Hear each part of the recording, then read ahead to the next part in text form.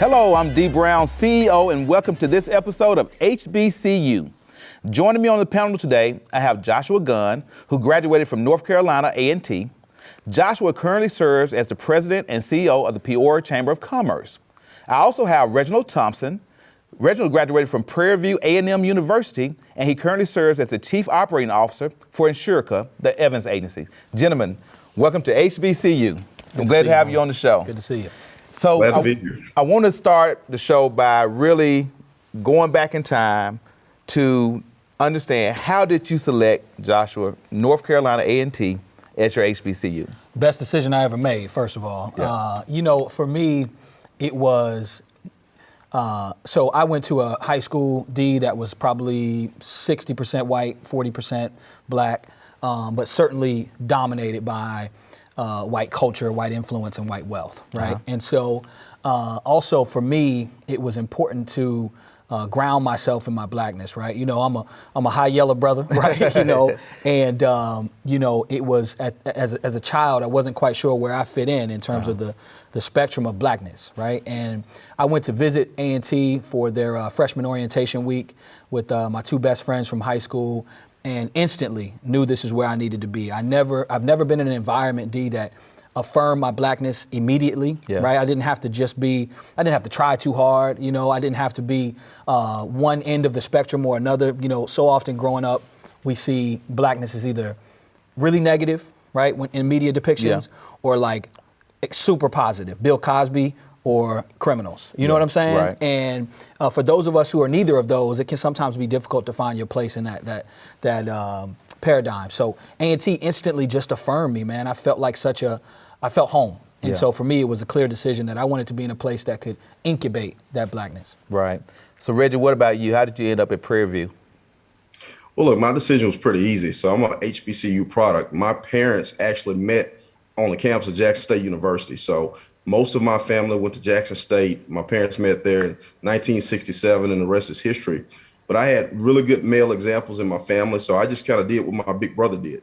My big brother went to Prairie View in 1987, studied mechanical engineering, was doing well in life. So I had an example and role model to follow. So I decided to go to Prairie View after turning down 2 or 3 baseball scholarships, and I accepted an academic scholarship to Prairie View to study mechanical engineering.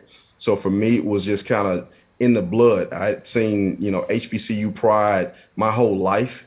It wasn't a choice for me. So going to Prairie View and experiencing that as a kid coming out of elementary school and junior high, it was a natural fit for me to go ahead and follow my big brother to Prairie View. Well, Joshua, I want to pivot back to you. Do you recall the first day that you set foot on A&T campus? I recall everything about it. Tell me about it. I'll never forget it, right? Yeah. So I'm at this freshman orientation, right? And, before going to college, I had this image of what college would be, right? Yeah. Your teachers and everyone tells you it's going to be serious. You got to focus on your academics, and none of that sounded particularly attractive to me, D. Right. I'm an artist and a creative, and I was kind of just going to college to pass the time, right? Needed to do something positive. Mom and dad said, get out the house, so you better go to school. But the moment you walk on campus, I can even tell you the smells, D, right? You smell, food frying, right? Yeah. You hear the band playing. You see the most beautiful people you've ever seen in your life having fun. You see the Greeks step in, and you see the dance team moving around. There's a DJ in front of the bookstore. It's like the complete opposite of what I thought college could be like. Right. And I think they curate this excellent experience, right? And so I remember the smell, the feeling, the people I met. Yeah. I remember meeting this brother who was an academic advisor. He happened to be a Kappa, so shout out to y'all. Yeah. He didn't convince me to be one, but all good. And I remember thinking he was so cool, man. He had a nice car, younger brother, and he was doing something positive with his life, which I desperately needed to be around black folks in that academic space. And it was transformative for me. Reggie, what about you? Do you recall the first day that you set foot on the campus of Prairie View A&M University? So for me, it was a lot different. My first time stepping on the campus, I was 11 years old. So I remember my brother going to a visit to Prairie View when I was 11. And from the time I was 11 years old, it actually established some things in me for that university in particular, because it was a beautiful campus. Prairie View's about 35 miles northwest of Houston. And although you're that close to Houston, it's this nice, serene campus that's not in the city.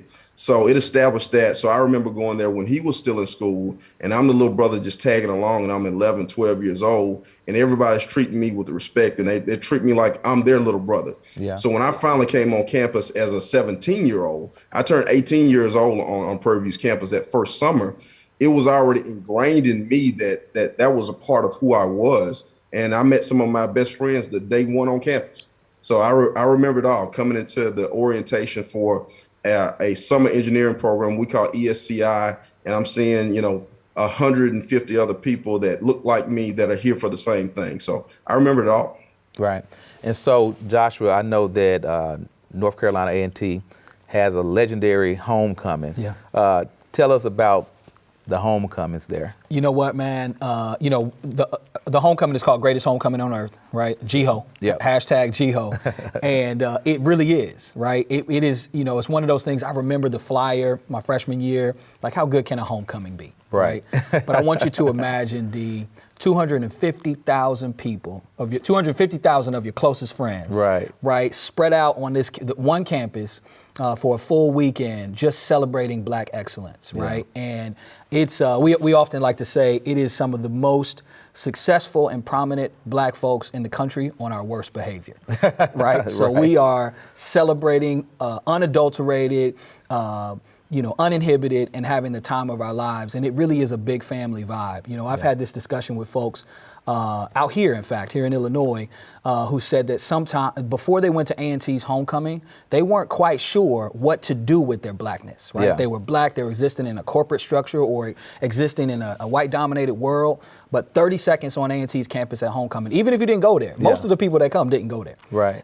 You're gonna feel at home, you're gonna feel welcome, and most importantly, you're gonna feel proud of who you are. Wow. So what about at Prairie View, Reginald? I know that you all have a big homecoming festivities there as well. What was that like? Look, I got to argue that greatest homecoming on earth. I know every HBCU, first has things its first, love, but we do pretty good. But I tell you, man, our story is different. I mean, anyone that knows Prairie View said we struggled in football for years. We hold the NCAA record for 0-77. So how do you celebrate yourselves when you're losing every year? So we developed our own internal pride over the years. And now, man, it's such a festivity when you come to a campus. We get 50, 60,000 people coming out of Houston, and it's a big barbecue and celebration and concerts and the tents and the RVs. So, man, it's a show of family love. It's like going to a big family reunion when you go to an HBCU homecoming, and ours is one of the best. So you may have to do a tour of HBCU homecomings and see who gets the vote. Right. Hey, Reggie, I had the privilege of performing one year at Prairie View's homecoming, and you're absolutely right. It's a great time, and I've did that tour, and there's a lot of great homecomings. I'm biased or partial to A&T, but the family aspect, man, is absolutely true. That year, we got rained out. Our performance got rained out, and your Prairie View alum welcomed us in a nice suite, took good care of us while the rain was passing, and we got to know them really well. So that HBCU family is much bigger than just individual campuses, for sure. So Joshua, what was just in general campus life? What was it like living on the yard of A&T?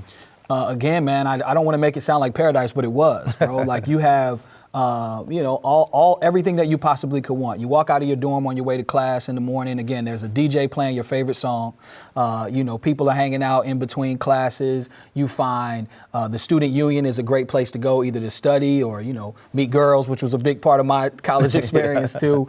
But also you find like these automatic mentors. I think that's one of the key pieces about HBCU life is it is a family, as Reggie alluded to, man. And I have so many professors that were on campus keeping me tight, right? They might see me hanging in the union and know I should have been in class, and might come over and put their arm on me and say, brother, did you come here just to party, or are you here to do something with your life? And I think that's rare. You don't get that at a huge school. You certainly won't get that at a PWI, and I think that's part of the value. So Reggie, what about you, man? How was life on the yard at Prairie View A&M? Well, look, man, it was fantastic. First couple of years I lived on campus before I moved off. I remember, meeting all my friends at lunchtime around the student union and doing our thing, congregating. After hours, it would be great because we had, young ladies that would take care of us. They had the hot plates in their rooms, and they would hand out, food to make sure the guys were fed. And I remember going to parties in cornfields because we were in the country. So, campus life was awesome. And again, it's just a family atmosphere and some of the best people that I've ever met that continue to be friends today. Do you recall any professors or staff members that mentored you? Are there any individuals that stand out to you? So a couple of them, my Black Studies history, Dr. Obadeli, actually was in Jackson, Mississippi when the riots came in 1971 or 1970. It actually kept my mom from graduating. So he was a big influence on me. And then I played sports in college. So my college coach was a big influence on, my will to succeed even in the hardest of times. Coach John Tankersley. So he's now deceased, but man, we all had input and models of people that really invested in who we were and really cared about who we were. Right. What about you? Yeah, I think that's one of the most important pieces, right? Yeah. I had, I'll tell a story. So I'm an alpha, right? Okay. So shout out to the two Kappas on the screen. And in college you pledge, right? And I pledged my sophomore year. I was only 19 years old, and I threw myself deeply into pledging, right? And maybe for a moment forgot about the reason why I was actually on campus. And I remember I crossed, we probated, we're celebrating. We're all proud of our letters. And I hadn't been to class, this particular class, English class, in 6 weeks maybe, right? But I wanted to wear my letter, so I was going to all my classes now, right? And I walk into the class, and I'm feeling like the man, and immediately this professor, Dr. Brown, pulls me out and pulls me in the hallway and basically says to me, he says, you have two options right now, right? You can be the big man on campus, you can be Greek, and you can fail in the rest of your life, or you can refocus your energy and you can become who you were sent here to be and who your parents expected you to be. And that was just one of many moments in my life, not to make myself sound like a knucklehead, but there were many times at A&T where I got off track, right? Where I wasn't on pace to graduate, or quite frankly, wasn't on pace to do all of the things that I've been able to accomplish since then. And several professors pulled me to the side and said, hey, brother, I see something in you. I believe in you. And for me, that meant everything. Yeah. And so they held me accountable, and I'm here today, and Right. got more than just my letters. I got my degree. So tell me about Greek life on the campus of A&T. Yeah, when I was at A&T, we used to call A&T Athens because we had so many Greeks on campus, right? We had all of the Divine Nine. We had Groove Phi Groove, Swing Phi Swing, Phi Mu Alpha, Pershing Rifles. Any sort of organization that you can think of was on the campus at the time. And we were highly competitive in terms of scholarship, competitive in terms of step shows, for sure. Step shows to us were very serious, right? And look, in retrospect, I kind of trip about how serious we took it. But it was just amazing, man. Some of the best friends that I still have to this day are my frat brothers, and also in other Greek organizations, right? We were competitive, but we had camaraderie across the lines. A&T has a huge area where the plots are for all the Greeks, and it's really the center of campus, right. Even to this day. And it just a family atmosphere. I think Brother Reggie said it best. It's unlike anything else that you can get at any other institution. You're going to get it at even the smallest HBCUs, right? A&T being the largest, it certainly has more quantity of folks, but I think the quality is across the spectrum at all HBCUs. Right, I agree with you. Hey, Reggie, so you're a member of Kappa Alpha Psi Fraternity Incorporated, and so talk to me about really Greek life at Prairie View, and then also just what being a member means to you. Well, I'll tell you, I crossed after, my time at Prairie View, but we had Greeks and non-Greeks that showed a lot of love, man. For their own fraternities, for other fraternities, and showed a lot of respect because if you were there, you understood what that meant as far as the camaraderie of fraternity or sorority life. So our, history with the Greeks and the sororities on our campus is deep. They all partnered together when there was something important to do. You got your internal rivalries, but when we got something real to do, we're all the same. We're all trying to accomplish some of the same goals. So that is the mark of Black Greek life, Black Greek membership. It's not just a college thing, it's a lifelong thing. So it looks different than what it does at the PWI. And for people that, don't come from where we come over the course of our lives, and the importance that it is in how we develop as young men and women, and then over time, it's attachment to what it is in our world all the way through death. Yeah. So, Joshua, kind of give me just a brief overview of your journey from, after college. I know you've had a number of different careers, and now you are the president and CEO of the Peoria Chamber of Commerce. Kind of walk me through that journey to where you are. I'm gonna start just before college, if that's okay. So, absolutely. I spent most of my life in the music industry. So I started making music at 7 years old. Signed my first record deal at 13. So spent all of my high school years, pursuing music. Shout out to my parents for making sure that I finished high school. There was a time in my life where I just wanted to do music all the time. Didn't care enough about academics to continue. But finished high school, lost my record deal right before high school was over. Sort of confused about what was next, and fortunately had a decent enough grades to get into college. So I continued to do music while I was at school. That's how I really built my reputation. Everyone knew me for the guy rapping on the yard, winning freestyle battles, and it ended up meeting my business partner, Rashad, who's also my frat brother, when I was 19, and we started our own record company while we were in college, right, with very little money. Went on with that company to produce 3 critically acclaimed albums, to tour the world, 2 world tours, 16 international countries, had a chance to live in the places I wanted to live, experience all these amazing things, and graduate from North Carolina A&T. It took me a little longer to graduate, 6 years to graduate on a 4-year degree, but I wouldn't trade it for the world. I got a wealth of experience and was able to pursue my passion while doing my academic thing. I moved back to my hometown of North Carolina in 2012 in Durham and developed a passion, D, for equitable economic development. Being able to see the world through music, I saw communities that were doing really well in terms of equity, specifically for black folks and participating in the economy, and I saw communities that weren't. And I wanted to lean in and use whatever influence and leverage I had through my creative career to improve communities, right? I want to do macro level work, and the Chamber gives me the opportunity to do that. So been in the Chamber space 6 years, and I'm proud to be in the CEO position now. Absolutely. Reggie, I know that your undergraduate degree is in engineering, correct? And correct. I think that, but you've made a change in direction, and you now serve as the Chief Operating Officer for Insurica, the Evans agency. Tell me about the work that you're doing in the insurance and financial service industry. So about 5 years ago, so I'll kind of go back and I'll bring it up to forward. So yeah, my degree is mechanical engineering from Prairie View. When I came out, I worked for Fortune 100 company in aerospace. I left there, worked at another Fortune 200 company in power distribution before I went back to grad school. When I got back to Mississippi in 2004, it's interesting. You talk about equitable areas. Jackson, Mississippi is predominantly black. And we have those same challenges as everybody else does with economic development in our communities. So long story short, I'm a certified financial planner. I started my own financial planning firm in 2011. And then I met my business partner in 2016 and kind of started shifting gears.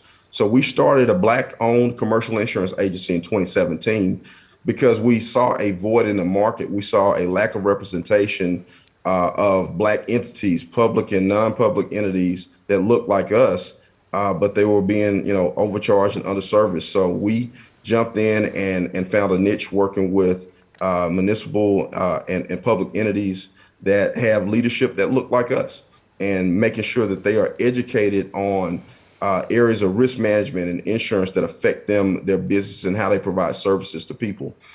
So we have been extremely blessed to pull in some very large public entity clients on the city level, county level, school districts, public transportation.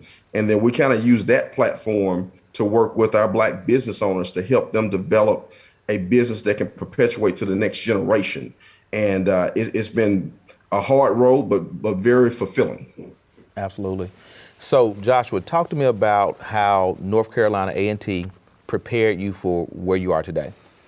I think about that question a lot, actually. It prepared me in a number of ways. The first and probably the most foundational way, though, D, is that self-confidence that I talked about needing, right? Mm-hmm. And not that I wasn't confident when I got to school. I was already, at least I thought, I was already a big rapper, right? I'd already seen the world a little bit. I released music, had some notoriety by the time I got to college.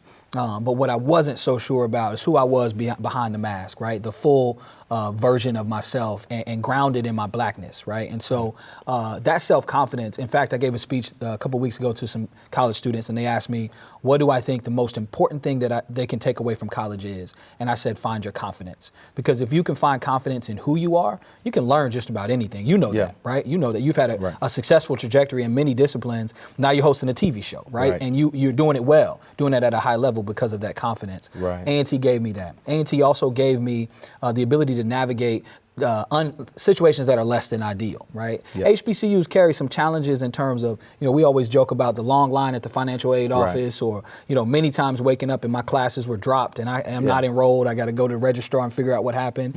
And that's kind of how life is, right? Life doesn't always go as planned. So that experience at A&T also taught me how to navigate and do that with a cool head. I had a previous guest that told me that waiting in those lines taught them how to be patient. Patience, that's right. Taught them patience. And also how to talk to people, right? You might be furious. But if you want to get things done, you're not going to be able to. You got to be careful. And as a CEO, daily there are challenges and fires that I have to put out. And I don't panic, right? I'm able to sort of assess the situation logically and come up with the best solution. And also, even if someone's made me mad or done something that I disagree with, do things with a level head, because ultimately I want to get the best outcome. A&T taught me that as well. Hey, so Reggie, what about for you? How did Prairie View prepare you to be a successful entrepreneur? I tell you, one of the things, it gave me a sense of responsibility in history. When you look at the history of HBCUs, Prairie View was founded in 1876 at the Alta Vista Plantation, and it was meant to get black former slaves the skill sets to be in the workforce. But when you're on the shoulders of that and you start looking at the history of how HBCUs were formed and how they were formed, you got to have a sense of nostalgia, respect for those that came before you. And when you look at what they did to get where they were, to put you in a position to get an education, to go work for a Fortune 100 or Fortune 200 company, there's a sense of responsibility that comes with being an HBCU alum and paying it forward so that others have a better opportunity than what we have. So that's one of the big things I took away from being at HBCU, is a sense of responsibility. So Joshua, to kind of start winding the show down, viewers watching, maybe considering sending a kid to college, give them a reason or reasons why they should consider North Carolina A&T. I think I want you to consider North Carolina A&T, but if I can just answer about HBCUs in general, right? I stand on this. I genuinely believe for any black child, sending your kid to an HBCU for undergrad is the best decision you can possibly make. You can get the academics anywhere, right? And so often, and I was this way too, bro, I was raised to think that PWIs were better, right? Harvard, Yale, even in North Carolina, UNC, Duke. If you went to those schools, there was some sort of prestige associated with it. And if you went to an HBCU, unless you had family members that went there and it was sort of in your family, to the outside world, you were at a lesser institution, right? And that could not be farther from the truth. The academics are on par at any HBCU that you choose. The academics are going to be strong, but what's even better is they're going to be grounded in your culture, right? They're going to be culturally responsive to you as a black person. And then the social development and the experiences that you get outside the classroom, I think are even more valuable because, you can learn to be an engineer or to be a scientist at any school. Right, and you're going to get a high-quality education at Prairie View or A&T or Tuskegee to become an engineer or a scientist. But those other skills that you can obtain, you can't get those at a PWI. I agree with you 100%. And so if you're a parent watching this show, it is the best thing that you can do for your children is to invest in their education at an HBCU. And if you want them to try a Harvard or a Yale, there's always grad school, there's always law school or later. But you will not be able to replace what they get at an HBCU. Well, we're out of time, guys, but before we close the show, I want to take a minute to let you guys know that we are very grateful to the success that you all have achieved in your respective careers, and that we are very grateful for your commitment to advancing historically black colleges and universities.